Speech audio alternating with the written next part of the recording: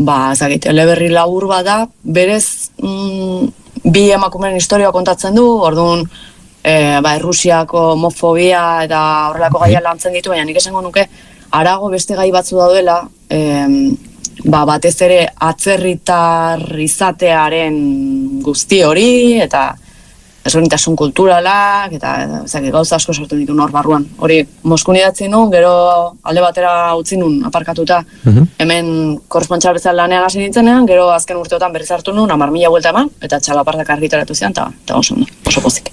Eta eskerrak azenen argitaratu zenuela. Ez dugu spoilerrik egin nahi, Olatz, baina gure esan baino lehen, izenburuaz bai galetu behar dizu dela, El Búho de Rabel, Rabelen ontza, zergatik? Bai, hori aztu zait, esatea beste gai garrantzitsu honetako bat iruditzen zait dela eleberri honetan musika klasikoaren inguruko gogoeta bat, konpositore desberdinen inguruko gogoeta bat, izan ere protagonista pianista da, Moskuko kontserbatorioan ikasten du, eta bizitzen gertatzen zaizkion gauzen bidez, egiten duelako prozesu bat, kompositore desberdinekin duen harremanaren inguruan, ez? Eta, berak jotzen duen pieza bat, Rabelen Uazotgist, egazti tristeak da, eta horregatik, El Búho de Rabel. Oso ondo ekarria, behintzat hori bai. Olatz Urkia, jarretuko nukela, beste tardetxo bat ez egiten, baina oharkabean heldu garela dagoeneko elkarrizketaren amairara, Beijingetik gurekin Olatz Urkia gaur, mila esker benetan, naiz erratiko mundu baterrin egotegatik, zure lana gertutik jarraituko dugu, eta ez saiatuko garela baitere denok dugun xenofobia hori zertxo bait apaltzen, eta horren inguruan ere ohartarazten.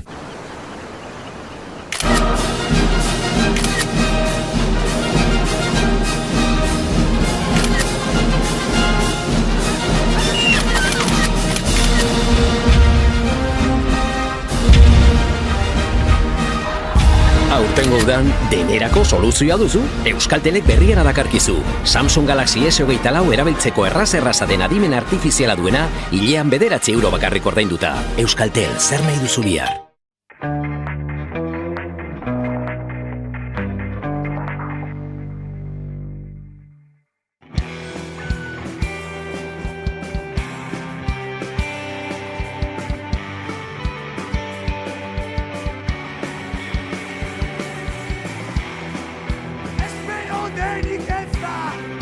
Datorrena soilik dire barruzein larruan jada astirik ez da ala nola dabil erren den orozikuan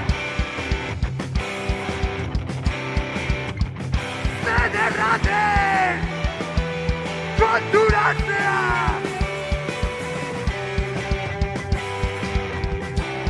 Erraten duzunaz konturatzea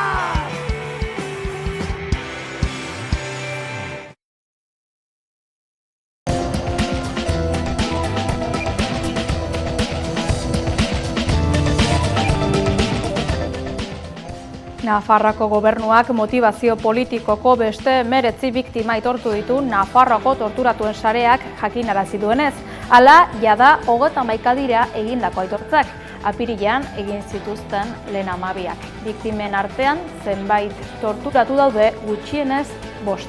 Iruñeko udala torturak aitortzearen inguruko mozio bat eztabaidatzen ari zen bitartean, udaletxe aurrean agerraldia egin du Nafarroako torturatuen sareak erabakiaren berri emateko eta jakinarazi du aitortza jaso dutenen artean daudela Garbine Urra, Iker Moreno, Iker Aristu, Mikel Díez eta Oiana Taun. Horiek guztiak torturatu egin zituzten Espainiako poliziak eta Guardia Zibilak atxilotu zituztenean 2005-tik 2011 bitartean.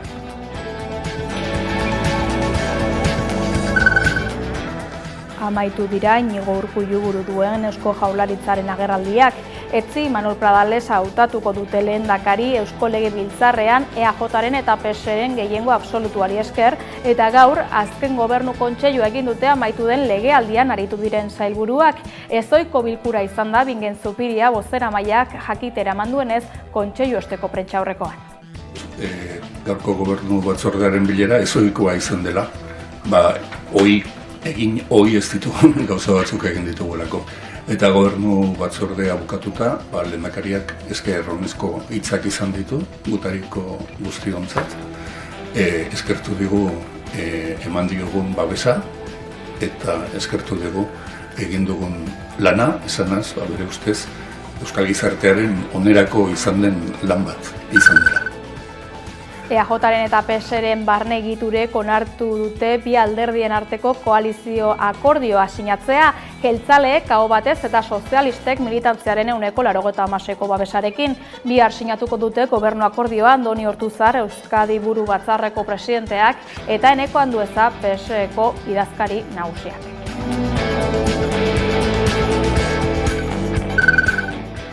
Hartu dute erabakia, duguna Iruñeko udaldantza taldeko Aritz Ibañez zuzendariak, Itxaso Martinez de la Pera dantzariak eta Angel Arana lehendakariak botako dute 2024ko San Ferminak hasteko txupinazoa.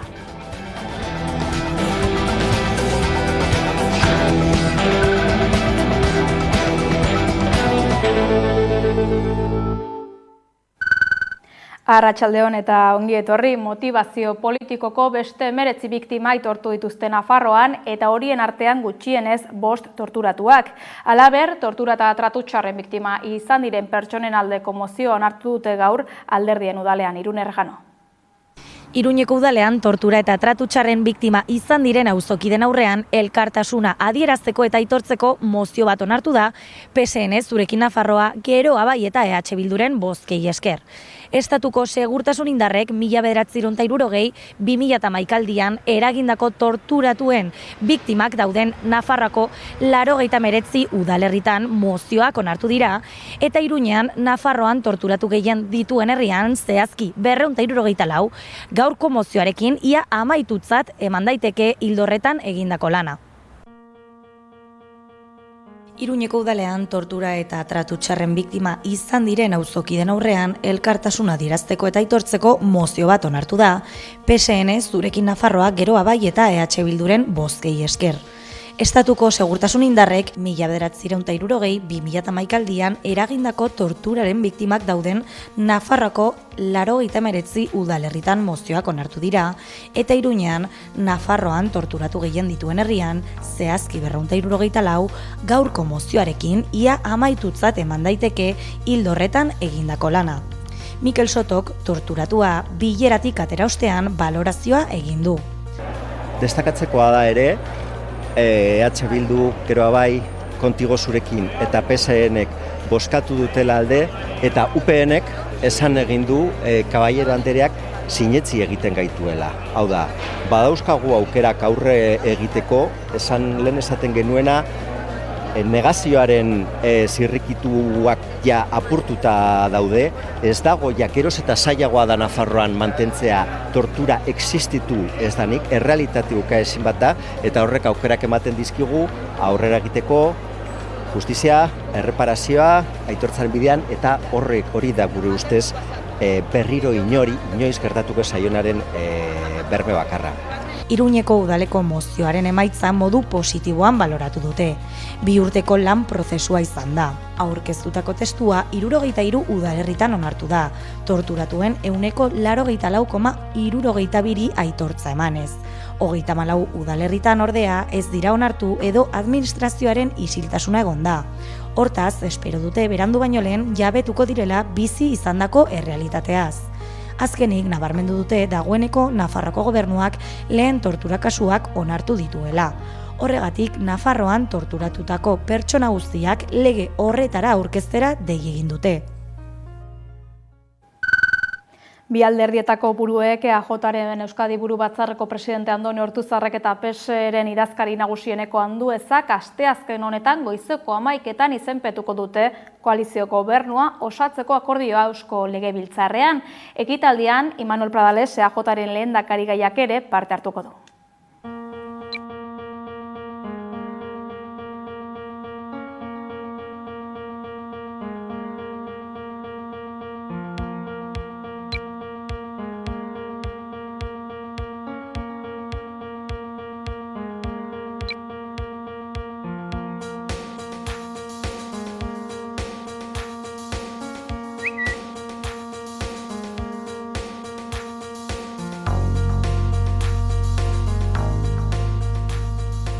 lan gabiltza, eta, hurrengo egunak oso garrantzitsuak izango dira azkenengo ikuituak emoteko, baina bide honetik goaz, eta, heltzen ari da eguna, ezta? Osea, oso pozik eta oso ondo.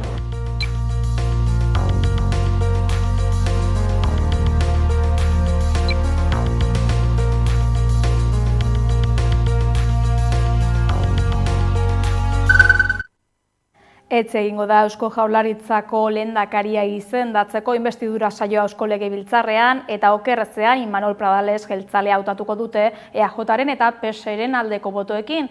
Peio Otxandianok ere hautagaitza aurkeztea erabaki du ordea arduragatik eta iritzita erronkei erantzuteko eta garaiak eskatzen dituen eztabaidei heltzeko beste gobernantza eredu bat posible eta ezinbesteko direla. Osteguneko inbestidura saioan aurkeztuko duen programaren puntu garrantzitsuenak aletu ditu gaur Gasteizen kazetariekin egindako bilkura batean.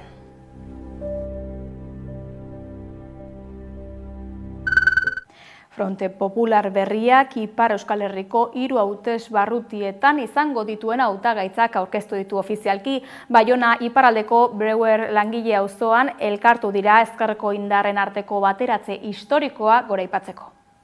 5e et 6e circonscription des Pyrénées-Atlantiques pour le Front Populaire sommes réunis aujourd'hui devant vous pour vous présenter notre démarche ainsi que les... Merci.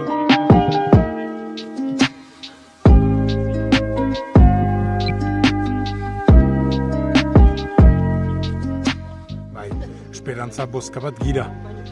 Hori gure batasun hori adierazi denetik mezuak etortzen dira ehunka, eganez azkenean lortzen da batasun bat, azkenean lortzen da esperantza bat, hainbat urtez uste dut jendea kontra bozkatu duenik hemen lujalde untan, besteko zerbaitetaz, norbaitetaz edo eta hor aldiz, hor bada beste sortzen da alternatiba bat, lujaldeari lotua eta baita ere Parisen aukera bat baduena. Eraikitzeko beste gizarte bat eta esperantza hortan da.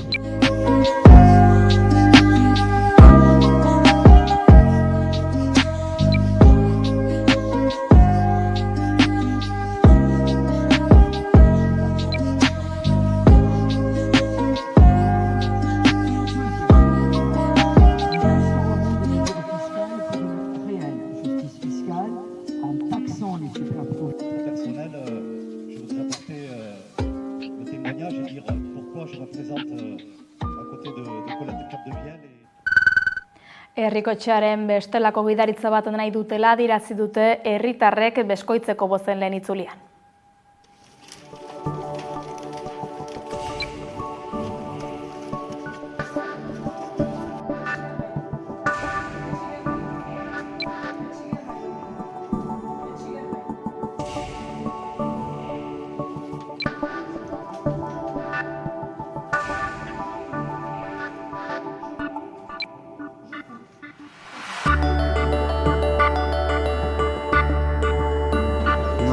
Vous voyez les résultats, on est premier, donc l'alliance, quand on est premier, un peu plus difficile.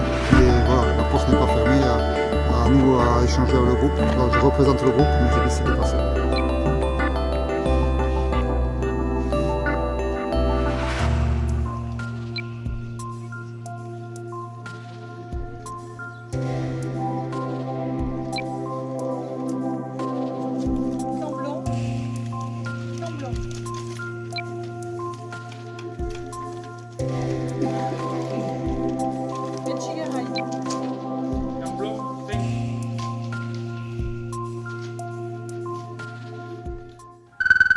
Nafarroara goaz bueltan Irune zer iragarri du Iruñako udalak.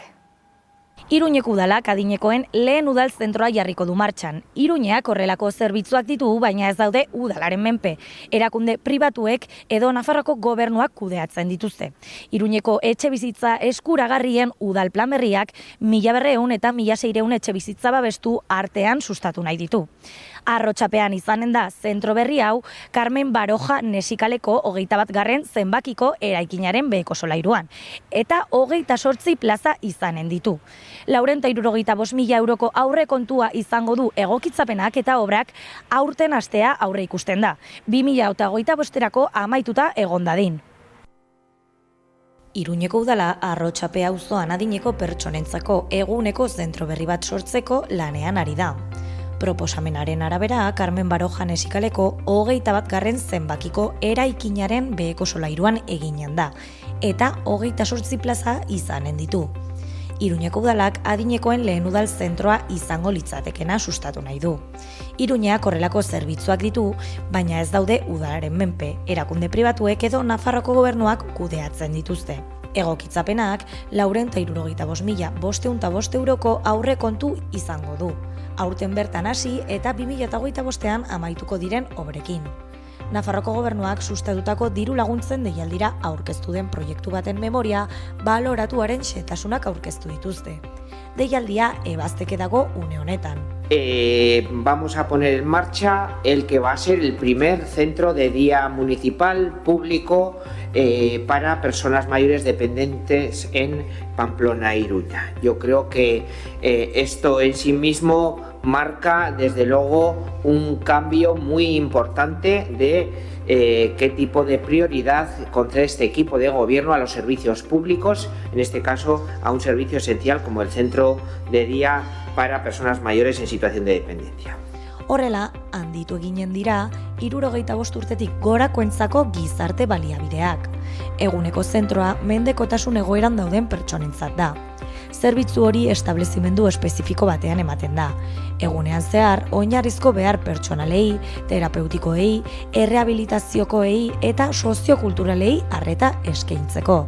Ohiko ingurunean egotea erraztuz eta zaintzaileei lagunduz. Indarrean sartu da Bilbon emisio gutxiko eremua ezartzen duen araudia. Herritarrak oro har ados daude neurriarekin, baina zalantzan handiak dituzte oraindik eta informazioa falta dutela diote.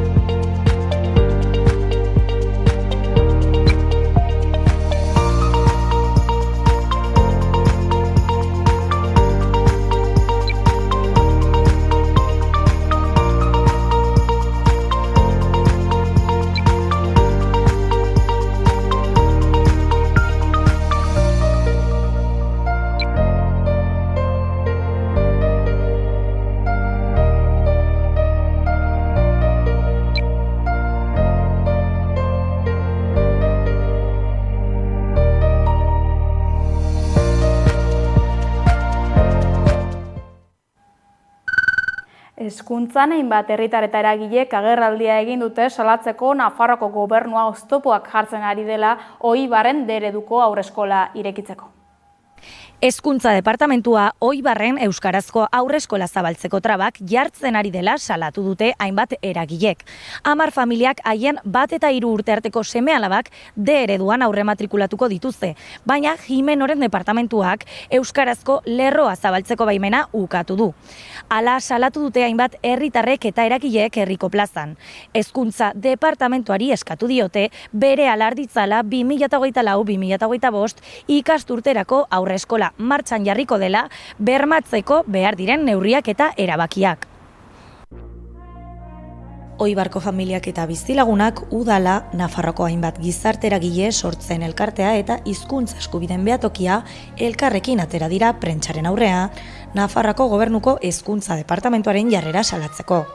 Hain zuzen ere azaldu dutenez, euskarazko irakaskuntza oztopatzen ari dira herrian, ez dutelako modurik jarri D-ereduko haurreskola bat zabaltzeko. Proiektu hau ongi pentsatu eta hausnartutako zerbait izan da. Apustu serioa. eta errealista. Oibarren jaiotza tasak izan duen gorakadari biztanleria finkatzeko landa ingurunea sortzeko eta eraldatzeko beharrari, lana, familia eta bizitza uztartzeko konpromisoari eta laguntzari erantzuten diena. Eta gainera, euskaraz ikasteko eskubidea sustatzen eta normalizatzen duena. 2024ko otsailean, Oibarko udalak hezkuntza departamentura 2024-2025 ikasturterako aurreskola bat irekitzeko interesa agertzen zuen adierazpena bidali zuen, txosten txiki batekin batera. Hezkuntza departamentuko teknikariek eskatutako txosten, balorazio eta bilera guztiak egin ondoren, maiatzean baliabidea irekitzeko behar zen dokumentazio guztia aurkeztu zen, eta aurre matrikulaldi bat antolatu zen, baliabide horren babesa berresteko. 10 familiak eskatu zuten bat 3 urteko seme-alabak Oibarko aurreskolan matrikulatzea. Ekainean hezkuntza saila harremanetan jarri zen Oibarreko udalarekin, euskarazko plazen eskaintza dela eta aurreskolaren irekiera baimenik ez zutela emango adieraziz.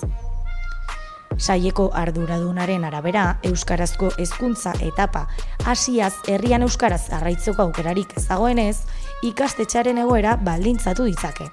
Aipatu behar dugu 2017an Nafarroako Parlamentuak onartu zuela Oibar eremu mistoan sartzea.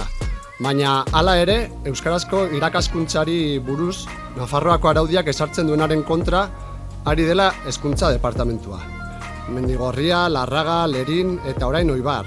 Azken urteotan, hezkuntza departamentuak Nafarroako eskualde batzuetan euskararen irakaskuntza berariaz sustatu beharrean, aitzakia desberdinak jartzen ari da euskararen irakaskuntza geldiarazteko edo baldintzatzeko. Beraz, hezkuntza departamentuari eskatu diote 2024-2025 ikasturterako aurreskola martxan jarriko dela bermatzeko behar diren neurriak eta erabakiak har ditzala lehenbailen. Arabako bat txartela Bizkaiko garraio publiko osoan erabili ahal izateko Bizkaiko garraio partzuergoak beste pauso bat eman du. Zehazki, gaurtik aurrera erabiltzaileek txartela baliatu ahal izango dute Bilbobus, Bizkaibus, zein Etxebarriko, Erandioko, Barakaldoko, Leioako, Sopelako eta Galdakaoko autobus zerbitzuak, Bizkaiko Zubikoa, Artxandako funikularra eta Ereagako igogailua erabiltzeko.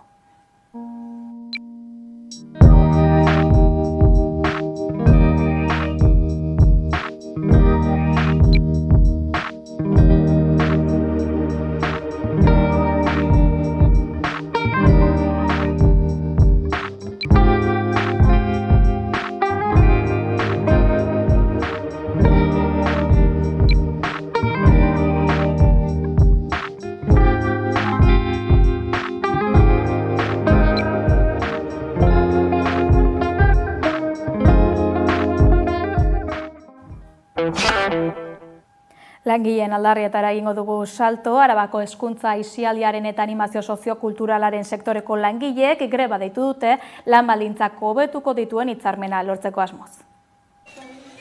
3 eguneko greba deialdia egin dute ELA-LAB eta Komisiones Obreras sindikatuek Arabako hezkuntza aisialdian eta animazio soziokulturalean. 2022tik iraungita dagoen hitzarmena berritzea aldarrikatuko dute. Asteazkenean, hitzarmena negoziatzeko mahaia elkartuko da berriz ere. Aurrera pausorik ez egotekotan, ekainaren 24, 26 eta 28an greba egingo dute langileek. Sindikatuek salatu dutenez, azkeneko 2 urtetan 12 alditan bildu badira ere, patronalak ez ditu gutxieneko baldintzak onartu. KPIaren araberako soldata igoerak, lanaldiaren murrizketa edota kontziliazioa eta egonkortasuna bermatzea aldarrikatzen du alde sozialak. Patronalak langileen prekarietate egoera gainditzeko gutxienekoak onartzen ez dituela salatu dute. Gauzak horrela, asteazkenean egingo den bileran akordiorik egon ezean, Arabako ludoteka, parketxe, liburutegi eta museoetako langileek 3 eguneko greba egingo dute ekainaren 24, 26 eta 28an. Elako 750 militante parte hartzen ari dira sindikatuak antolatutako jardunaldietan negoziazio kolektiboko urratsak zehaztu eta bidezko trantsizioko sozialerantz pausoak emateko. Hala azaldu dute gaur prentsaurrekoan Michel Lakuntzak, Mikel Nobalek eta Ainara Plazaolak. Trantsizioko sozialerantz daraman bidean, elak hitzarmenen negoziazioetara 5 aldarri eramango dituela erabaki du egun hauetan gaiari buruz egiten ari den batzarretan. Euskal Autonomia Erkidegoan eta Nafarroako gobernuei, Euskal Autonomia Erkidego eta Nafarroako gobernuei politika publiko konkretuak, inbertsioak eta erreforma estrukturalak exigitu dizkie.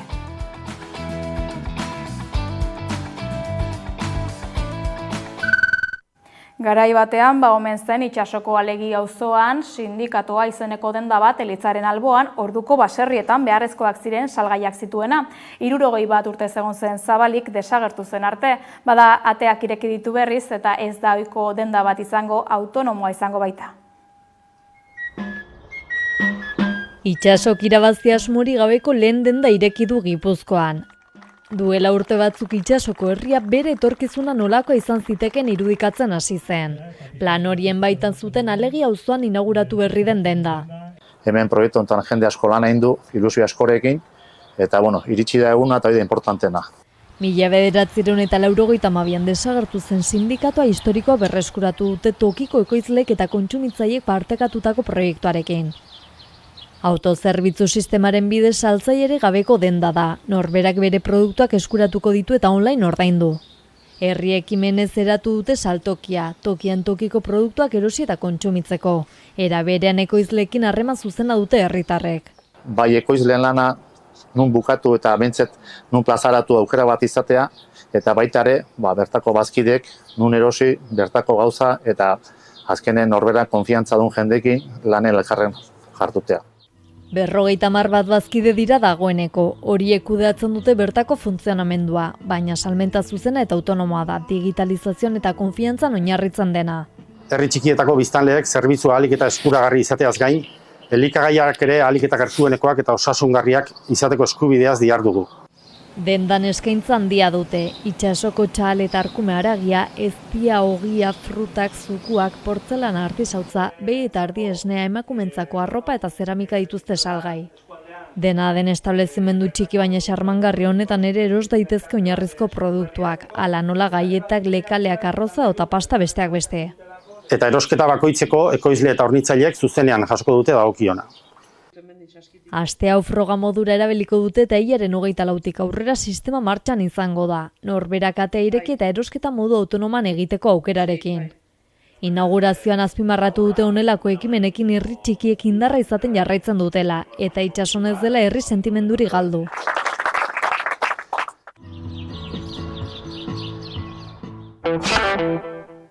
Kultura gaietan Araban aurkeztu dute Gasteizko jaietako kartela. Ikusi. Amaia Arrazolaren Zeledonen jaitxiera ilustrazioa iragarriko ditu 2024ko Gasteizko Andramari Zuriaren jaiak. Kartel lehiaketara aurkeztu diren 37 lanen artean hautatua izan da Gasteiztar ilustratzailearena, jaietako elementu guztiak biltzen dituena. Gasteizko jaien kartela prest dago. Kolorez beteta dago eta Andre Zuriaren jaien elementu guztiak jasotzen ditu. Eta nor da kartelaren autorea? Amaia Arrazola Otadui. Aurrek zein helduek kartelarekin bat egitea izan da egilaren asmoa. Edonork bere burua ordezkatuta ikusi ahal izatea nahi zuen, eta irudi transbertsala sortu du. Creo que de lo que más puede representar para mí las fiestas es ese momento de la bajada del Celedón, ¿no? Que es cuando comienza todo, y en el cartel quería hacer un diseño bastante transversal en el que pudiera entrar gente, como desde gente más joven, como puede ser igual mi hija, hasta gente más senior, como pueden ser mis padres, ¿no? Que al final todos forman parte un poco de las fiestas de Vitoria.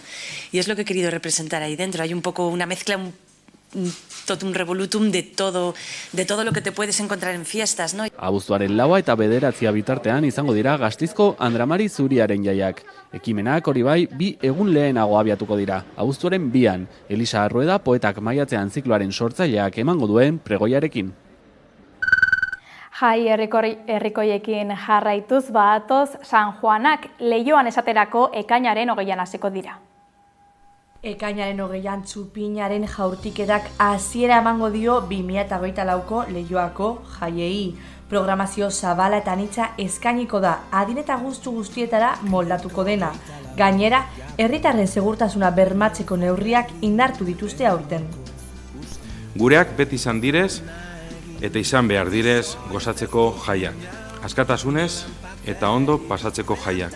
Lagunekin, familiarekin eta kuadrillekin. Bizikidetzatik, errespetutik eta hezkuntzatik abiatuta. Ez dugu nahi ezerk, ez da inork ere, herrian urteko eguni politenetako bat izan behar dauana eta izango dana lausotzea. Segurtasun operatiboa diseinatu du udalak, 100 agentek, udaltzainak eta ertzaintzak osatzen dutena.